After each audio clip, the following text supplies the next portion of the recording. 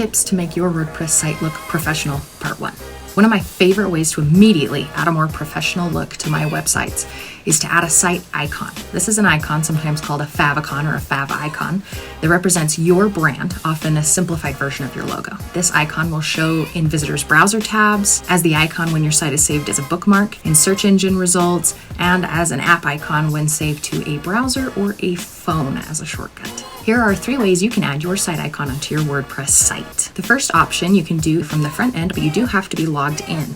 So you'll see the admin bar that stretches across the top of your site.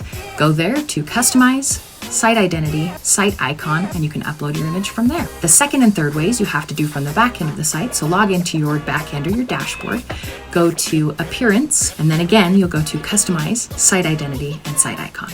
And the last way to get there is to go to Settings, General, Change Site Icon.